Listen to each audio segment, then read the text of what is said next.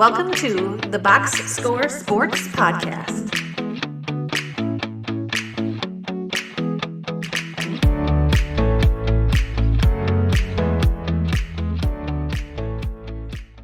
Welcome back, everybody, to the Box Score Sports Podcast. I'm your host, Ryan, and on today's episode, we're going to do our Week 10 Tuesday takeaways. We're going to try to do it 10 minutes or less, so I'm going to kind of get right into it because I've been kind of failing at that lately.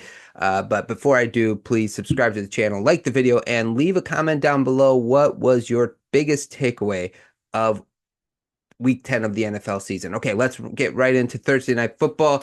The Baltimore Ravens beat the Cincinnati Bengals 35-34. Obviously, I could talk about the MVP, Lamar Jackson. My favorite signing of the offseason, Derrick Henry. I think the best offseason signing, I should say.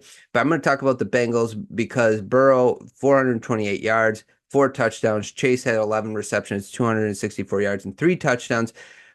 I think my big takeaway is nobody's going to want to play the Bengals in the wild card round. Their offense is so explosive. They got to figure out that defense, but it might be too little too late. We'll see what happens, but that's my big takeaway. Sunday morning, we had a game. The Carolina Panthers beat the New York Giants 20-17. Hey, maybe benching a quarterback and letting them sit for a little bit, especially if their confidence is already not great, might help them take a breath and be better when they come back. Bryce Young looked pretty solid. Not great. He just looked solid. He looked solid. Daniel Jones did not. I'm worried a little bit about Daboll's job there in New York. The May outperforms Williams, the battle of the first and second pick overall, as the New England Patriots beat the Chicago Bears 19-3. QBR Drake May had a 67.4, while Williams had a 13.5. And this morning, the Bears fired their offensive coordinator, so we'll see if that improves Williams, or they just got to wait till next year. If they do wait till next year, hire an offensive-minded coach. That's the best way to get the most out of your young quarterback. Interception fest over in the Indianapolis area as the Indianapolis Colts lose to the Buffalo Bills 30-20. It was probably Josh Allen's worst game of the year. But what Josh Allen is able to do, which most quarterbacks can't, is he makes it up for in other areas, whether it's his grit or his running. And this game really was about the run game and defense. That's what it was about. So the turnovers, the run games with Jonathan Taylor and James Cook, but 5 total interceptions. But the Bills find a way to win on the road. The Kansas City Chiefs, with a block kick, win the game 16-14. It might be just their season to go undefeated. Who knows? Maybe that's their goal. If they go undefeated and win the Super Bowl, that'd be crazy. But Bo Nix is my big takeaway. He looks like the real deal. 22 of 30, 215 yards, 2 touchdowns, no picks. He's looking like one of the better rookies quarterbacks that was taken, maybe second or third at this point. And, people were telling me, I don't watch college football. People were telling me this was a good pick. I didn't know for sure, but I'm starting to see that this could be it. And the Chiefs defense is no slouch defense either. So to put up these kinds of numbers against a solid defense, I think is pretty good. Kirk Cousins, meet the Falcons. Falcons meet Kirk Cousins because the Saints beat the Falcons 20-17, and Kirk Cousins did not have a good game. But that's what we're used to with Kirk Cousins. He has really good games.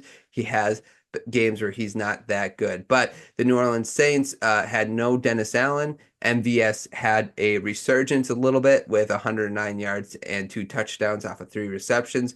And what we learned is that Derek Carr is a competent starting quarterback, right? We always think the backup quarterback is going to outperform the starter. Very rarely happens, and Carr helps the Saints get a win here against the Falcons.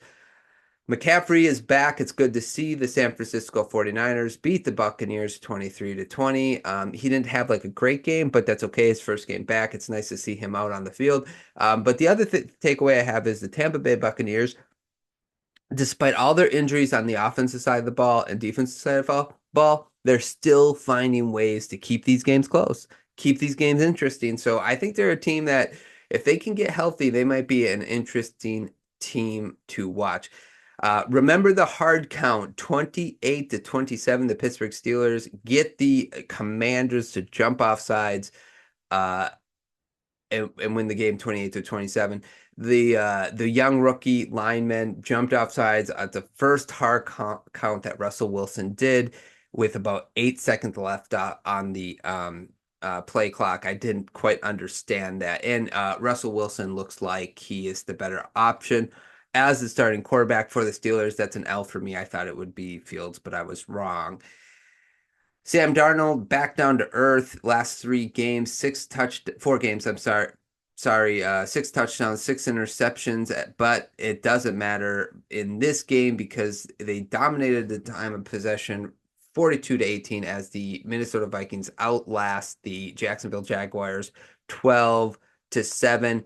Mac Jones is just not him. Again, this is another instance where we think maybe the backup quarterback would be better than the starter. Trevor Lawrence is obviously making the best out of a bad situation, and this is another team that will probably need a new coach at the end of the year.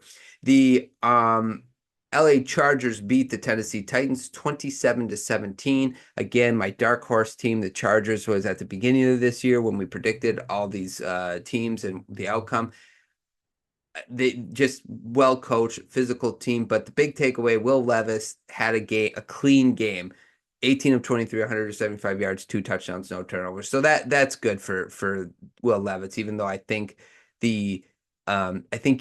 people already have made up their minds about him. The Philadelphia Eagles and the Dallas Cowboys somehow withstand the sun of the Dallas Cowboys Stadium as the Eagles dominate the Cowboys 34-6. And I think they need to move the stadium, according to Jerry Jones, or they need to know where the sun is. Or maybe the builders of the stadium need to know where the sun is. I don't quite know what he was trying to get at. However, the Eagles are looking like a formidable opponent, and I think the Cowboys in the NFC, and the Cowboys are, I think, done this year, and they will also be needing a new coach. Speaking of teams that need a new coach, the New York Jets lose to the Arizona Cardinals 31-6. The Cardinals, I'm kind of in on. I think they're like the bad good team or the good bad team.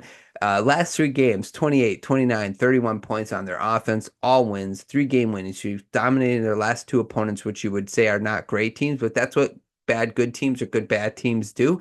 And I'm interested to see if they can carry this momentum. They have a bye week. Maybe they can fix some stuff up, and then they go on to Seattle. So we'll see what happens. And on the other side, I'm done with the Jets. I always think that they're going to get going. Saleh firing obviously was the wrong move because the defense has gotten worse since he hasn't been there. So I am done with the Jets. The Detroit Lions, 5 interceptions. It don't matter. You trail them by 15. Who cares?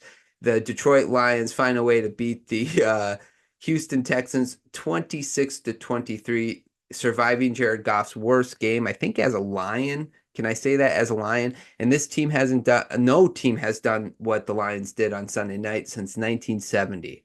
So again, just showing their resilience, showing they can overcome even times when they shoot themselves in the foot. The fact that they won this game is crazy.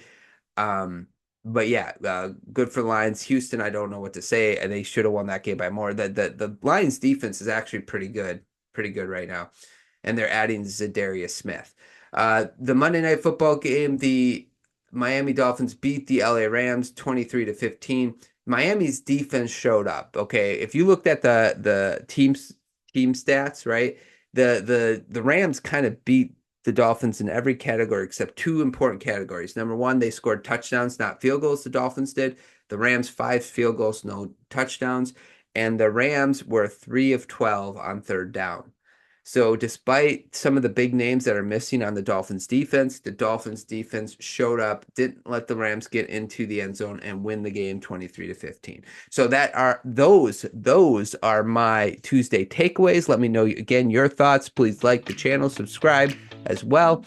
Like the video, subscribe to the channel. Thanks so much for watching. I hope you guys enjoyed, and we will talk to you guys soon. Thanks so much for watching this clip of the Box Score Sports podcast. I hope you guys enjoyed. If you haven't yet, please subscribe to our channel. Follow us on Instagram and Twitter or X. And we'll talk to you guys real soon. See ya.